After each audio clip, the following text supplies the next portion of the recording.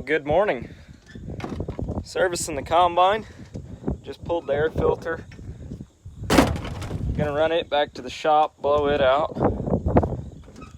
And next we're gonna throw some fuel in this thing.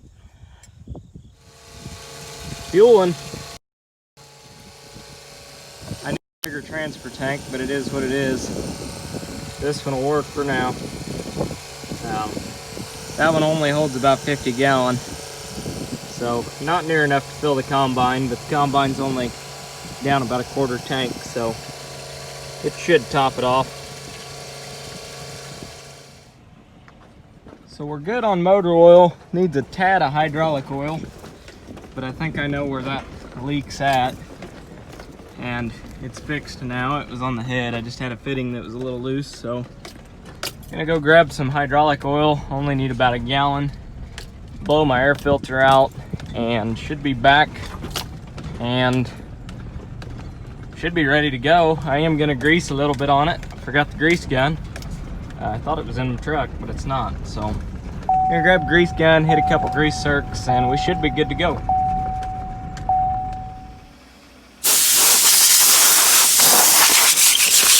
Yep, she's already a little dirty. Quite a bit of bean dust in there. It doesn't take long.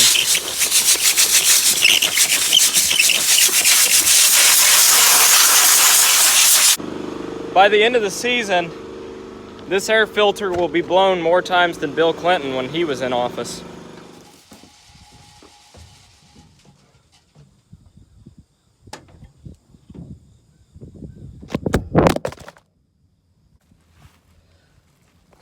Are you guys okay? Took a little fall there. So I'm gonna take you guys on a quick walk around the combine, kind of what I check for. So starting at the beginning, feeder house chain, still tight. If anything, it's a little bit too tight. So it's good to go. I am gonna grease everything, but I check that about every morning. I did pop the cover off the rotor here. This is what separates and threshes the grain. You can see those right there. Those are called rasp bars. They've still got most of the paint on them. They're fairly new. But that in there is the rotor. It turns around really fast. The grain and chaff fall down through those grates, fall onto here. These augers take it back into the screens back there. That right there is your cleaning fan, and it is forcing air up through there. And then this is your shaker table. Well, this is your shaker arms here, and that makes your screens and chafer go like this. As air gets blown up through there, that's what separates your grain. So I'm just checking for, I like to grab these, make sure they're not loose. When they go out, they'll take out your screens with them. It's just little rubber bushings in there, so I like to check those every morning. There's a grease fitting right there, a grease fitting on the cleaning fan. They look good to go. So in addition to checking all the fluids, blowing out the air filter, I like to check that. Over on this side, I just check the chains, which they're not terrible. That one could use tightened up a little bit, but it's not too bad yet. I also check clean grain elevator and my return. Well, that's my clean grain elevator. This is my return, but I like to check those every morning as well. This just pops off and it will drop a little grain out. They're still pretty good to go. Got a little slack in them, but not bad. And you want a little bit of slack in them, just not too much. So we'll close that back up. So they're good to go. Those will pop off every now and then. I've had that happen before and left a nice trail of grain through the field. There you can see the cleaning fan a little bit better. That's what forces air up through the combine. More grease fittings, so always grease those. I oil the chains every morning. But other than that, looks fairly good to go. Just minor stuff. I did bring a leaf blower with me, and I like to blow the combine off after I've got it all opened up. You can see some bean dust starting to build up on the radiator. So I'll open the radiator up and blow that out as well.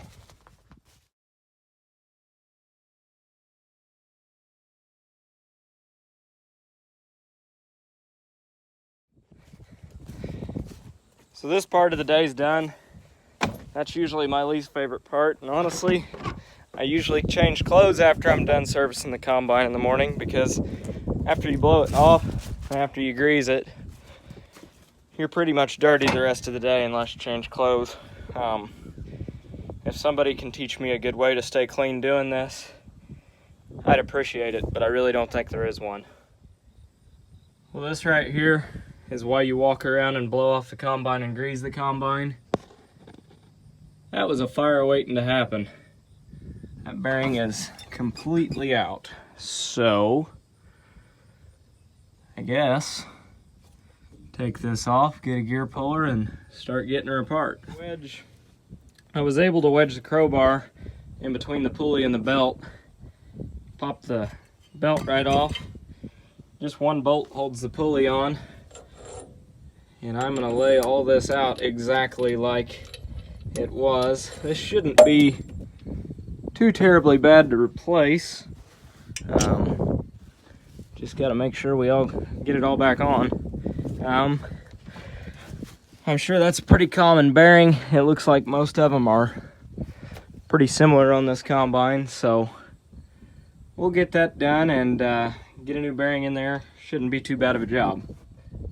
Well, the good news is dealership has this bearing in stock, and they have the collar that goes around it in stock, so I'm gonna run to town and go grab it, and hopefully the old bearing's not too hard to get out of there. I mean, I can pick that up because that's the entire beater. That shaft runs straight through the middle of the combine, so I'm picking up the entire beater inside the combine when I'm picking that up. So it's got a little weight to it. I'm trying to figure out how I'm going to pick that shaft up and slide that old bearing off, but I'm going to have to take this collar off anyhow, so I'm going to run to town, grab that, and do some thinking there. If nothing else, I'll just take a ratchet strap and wrap around this to something up there, just to hold the shaft up enough that I can slide the old bearing out, get the flange off.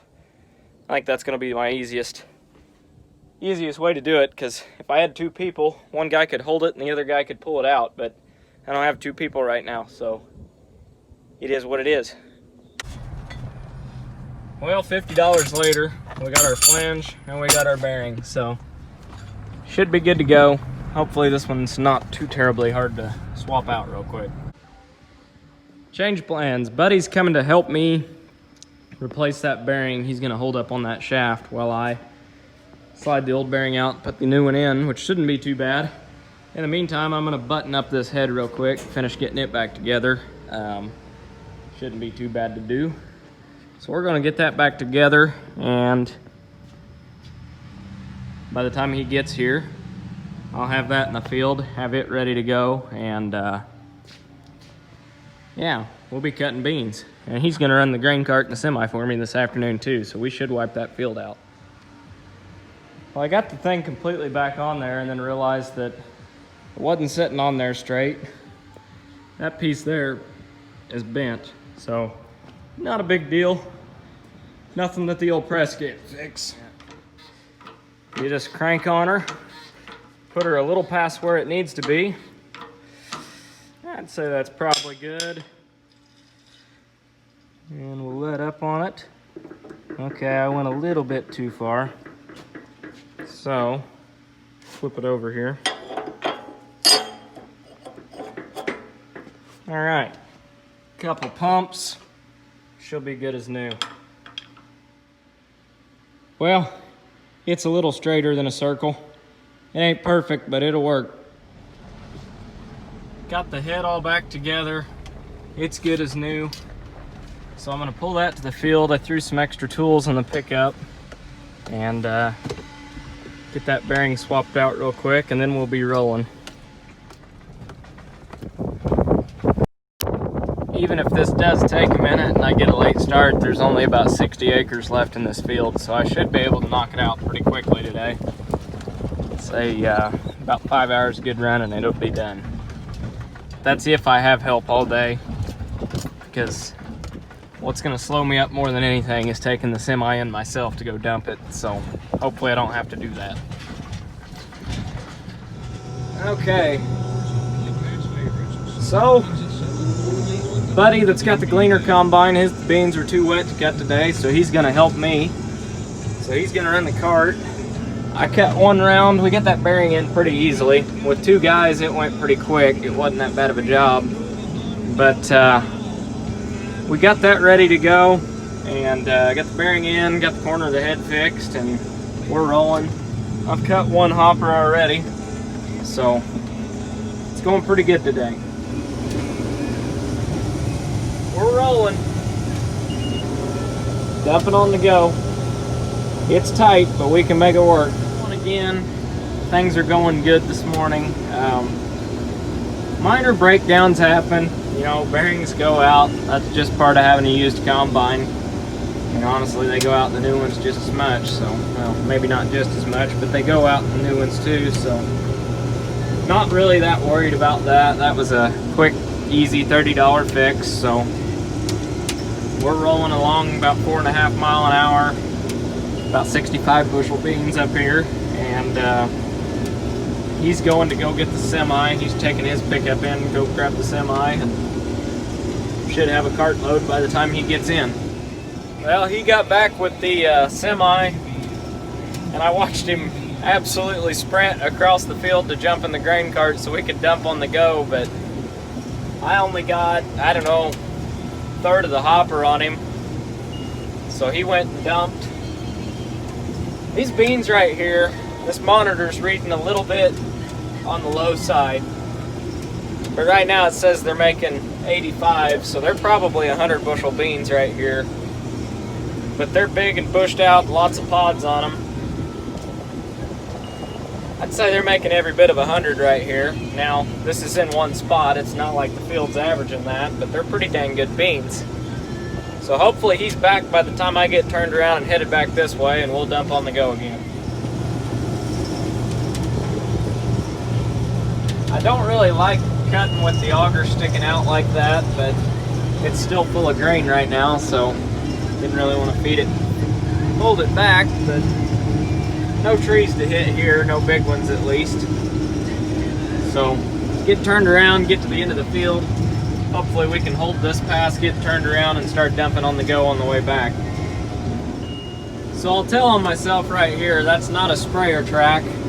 I got ticked off at the planter monitor this spring. I had a sensor that was acting up, so I unplugged it. Well, when that box ran empty, I wasn't planting, so I've got a skip row for a few passes. I've actually got a couple of them, but it is what it is. They bushed out. I mean, at least it's not right by the highway like it normally is, because normally this kind of thing happens right by the road where everybody sees it. But doing pretty good right here. Doing real good for a skip row. So we are just about full. He's got the cart dumped, and he should be headed this way to catch me on the way back. Good deal. Perfect timing. Dumping. Getting her empty. Just about ran full, but it looks like I double planted this, so it looks like I caught that the planter wasn't planting, and I tried to make up for it. He needs to get a little bit closer. He's still getting used to an articulated tractor. He's not used to that. He's used to front end assists. He doesn't have one, so it does take some getting used to. That's for sure. Cutting right along though. Well, this isn't going to work out very good because I've got a riser pipe straight in front of me and we're dumping on the go. Really clean beans, but I'm pretty sure I just ran the combine over out the back end of the hopper, so probably got a mess to clean up there. Well, the agronomist just jumped out of the combine. While he was riding with me, I tore that corner off. Caught it in another ditch, so I'm kind of convinced that these crop dividers are only good for catching washout ditches and tile holes. So I think I'm going to run without them. I cut the first 20 acres without them just fine.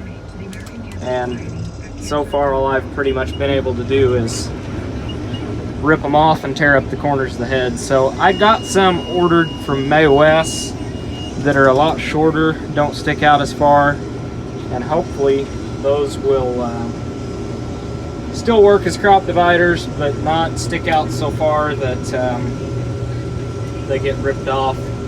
So I'm gonna try running without them. I mean, right now I've got one side on, one side off, and there's really no noticeable difference whatsoever. If anything, that just knocks over more when you turn the steering wheel. So I don't really see the point in running with them on. I might have won the world record for world's biggest tile hole. That one's about 10 foot deep there, so definitely going to bring the backhoe up here now that the beans are out and get this fixed and fixed correctly. And I would much rather fix a tile hole now while it's dry than fix a tile hole while it's sopping wet and you're slopping around in the mud. So if I'm going to fix it, now's the time to fix it. So the semi's back with the second load of the day. And it looks like he's ready to catch me on the way back, which is good, because by the time I get down there and turn around, we'll be ready to dump again. These nice long rows are boring, but one round's filling the combine, so they're decent beans at least.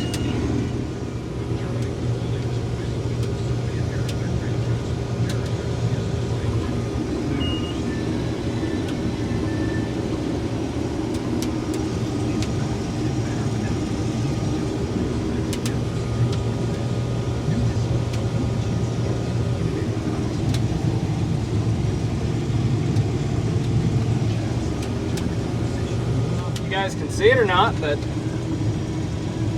got a decent little buck running across the field, making it to the tree line there.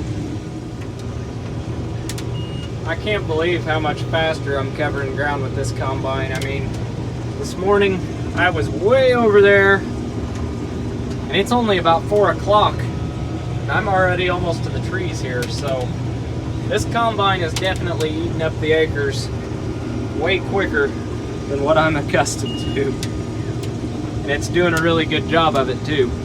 So this right here is a wintertime project. There's a 12-inch tile main that's completely come to surface and blown out, so that's gonna need some attention.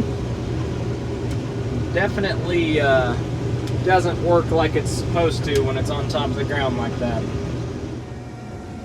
Well, apparently I'm cranking them out faster than I thought, because I thought the semi was only half full. I only thought it had one cart on it. Apparently I had two, because I just watched him leave here and he was completely full. But he was nice enough to bring me the cart. But I'm dumping a full hopper right now, so I would say that I will beat him. I'd say that I'll be full and have the cart full by the time he gets back with a semi. Which isn't the end of the world, but probably another semi load out here at least. So these beans are doing better than these beans have ever done in this field. So definitely not the best beans I've ever cut, but definitely the best beans I've ever cut in this field. I really did it now. That is, that's a mess. I just about plugged it up. I saw a big old wad fly out of the feeder house and get thrown back into the head, so I shut things down real quick before I plugged it. I'm gonna run the reverser a little bit and I'm gonna drag this crap out of there. I do not want that going in the combine, because I've plugged a rotor before and it's a really bad day. Well, it appears if we've got another problem. See how the head's nice and flat right there and right there? Yeah, well, it's completely popped up and I don't know what all's wrong, but all of a sudden the auger started rubbing. So I got out and I had him jump in the cab, run the reverser real quick, just real slow, to see if the auger was rubbing or if it was something in the feeder house. There wasn't anything in the feeder house. So I got looking, and next thing I know, I got in the cab and ran the reverser real slow, trying to see if I could hear something or see something different I was missing. And that whole thing popped up. So what I think happened is the bearing's out on that side of the auger, and it allowed the auger to fall down just a little bit and get into that. And what actually pulled that up was the tines. The little fingers in the middle of the auger caught that and lifted it right up. So hopefully That's not as big of a deal as it looks. We can pop that back down, but either the auger's bent or the head's bent or there's a bearing out, but I don't know. I'm not real sure what's going on with it. The sad thing is, there's only probably 10 acres left in this field. We were real close to finishing it. It's still really early. We had plenty of time to. We would have had it done.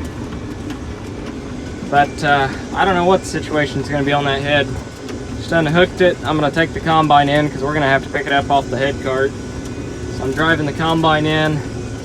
He's driving the semi in. We're going to come back and get the head cart and the head and back it into the shop and start tearing it apart, I guess. So today is the day that just keeps giving. I'm running down the highway with a police escort, 30 foot wide, because on the way home, the head cart decided it wanted to blow a tire and dang near dumped the head off even though it was strapped down. So got a police escort behind me right now, blocking the road off, and we'll be home shortly. Who would have thought I'd be chased by the cops in a combine? I wouldn't have pictured my day ending like this today. Well, with the help of some really good friends, we got everything straightened back out. Tomorrow I gotta get a couple clips like those. Gotta get 3 of them, and it should be ready to put back together. So how that happened was the auger had come out of adjustment and dropped all the way down. And when it dropped all the way down, it was rubbing the bottom of the head. So I didn't know if it was in the feeder house or if it was in the head at the time. So I had a buddy jump in the combine, run the reverser. And when he ran the reverser, one of the tines caught that backwards because the auger had fallen so low, tore it right out of there. So really, we never saw that one coming. It happened in a split second. I mean, we were running slow, but it is what it is. It happens. But the head is all lined out, all straightened out, all put back together other than this pan. We've adjusted on the auger, got it raised up where it's not gonna hit anything. But gotta get a tire tomorrow for the head cart. That way I can actually go back to the field. Gotta get those clips and gotta get this put back on the bean head. But it was a really good day, and then it was a really exciting day. It was really productive this morning. That bearing was out, kind of a late start, but we still cut every bit of 80 acres today, which, all things considered, 3 breakdowns today is a pretty good day. So not a bad day. Stuff like this happens. Try not to get too mad about it. Try not to throw in too many tools, but we'll get it fixed tomorrow. So that's going to wrap up this video. Hope you guys enjoyed it. You're seeing the good, the bad, and the ugly. Just kind of following me around for the day. So hope you guys enjoy it, and thanks for watching.